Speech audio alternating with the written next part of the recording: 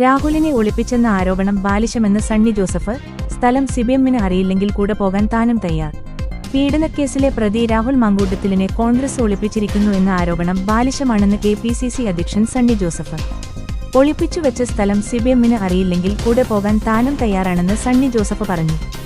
രാഹുൽ പാർട്ടിയുടെ ഔദ്യോഗിക പരിപാടിയിൽ പങ്കെടുത്തിട്ടില്ലെന്നും കോഴിക്കോട് പ്രസ് ക്ലബ്ബ് സംഘടിപ്പിച്ച മീറ്റ് ദി ലീഡർ പരിപാടിയിൽ സണ്ണി ജോസഫ് പറഞ്ഞു.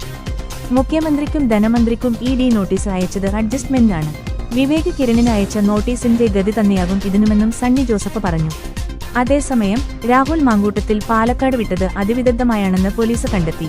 ഫ്ളാറ്റിൽ നിന്ന് ഇറങ്ങിയത് മുതൽ സിസിടിവി ഇല്ലാത്ത റോഡുകൾ ഒഴിവാക്കിയായിരുന്നു യാത്ര. പോലീസിനെ ആശയക്കുഴപ്പത്തിലാക്കാൻ കാർ മാത്രമായി പല വഴിക്ക് സഞ്ചരിച്ചു. സ്പെഷ്യൽ ബ്രാഞ്ച് നടത്തിയ സിസിടിവി പരിശോധനയിൽ രാഹുലിന്റെ റൂട്ട് അവ്യക്തമാണ്.